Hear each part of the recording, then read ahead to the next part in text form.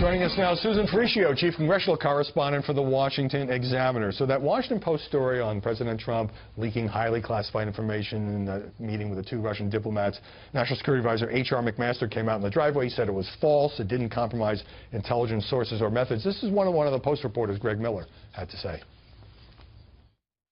I think that the White House is playing word games here to that effect to try to blunt the impact of this story. Your thoughts? Well, if I were the reporter, I would have wrote that story. It's hard to turn down information like that about a president leaking potentially damaging classified information.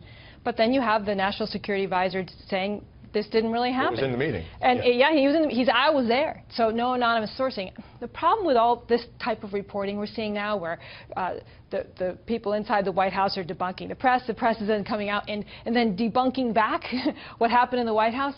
You're left with this sort of confusing scenario. The reader loses out here. The consumer of media loses out. It's so confusing. What really happened? Did the president really give up classified information, or is this just another attempt by the press that has been very openly hostile to President Trump, putting out another anonymously sourced, questionable story? We don't know. I would just add that the story didn't say that the president had compromised intelligence sources or methods, and the administration was so concerned about the sensitivity of information that it asked the Washington Post and other news organizations not to release the details of this ISIS plot at their request. Now, let's go to the New York Times story.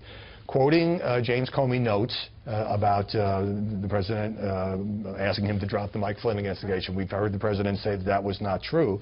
The Times didn't actually have the notes. They were read to a reporter by a source. Is that a problem in your view? We haven't seen that memo yet. And, you know, the chairman of the Intelligence Committee, Richard Burr, said, well, where is this? Not even the Intelligence Committee knew about it, and they had just talked to Comey right before his firing. He never said, I'm in pressure to drop this NSA investigation into Michael Flynn.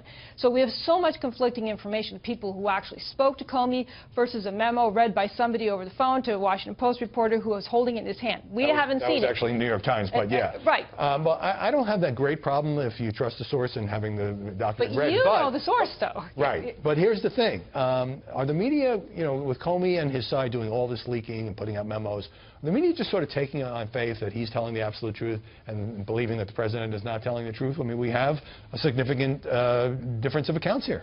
The media has long trusted anyone who has it out for Trump versus Trump in the White House itself. I mean, it's very biased against President Trump. So the argument is always that Trump is the liar and the person telling the truth is the one who has, you know, this information about him. And we don't know. I mean, we're going to hear from Comey next week. A lot of the questions on Capitol Hill, why didn't he say something sooner about this when everybody asked him about it? So I think that's absolutely true, that we're getting a biased point of view. Despite all the past media criticism from left and right of James Comey for his handling of the email Hillary investigation last year. Susan Frischio, thanks very much for coming in.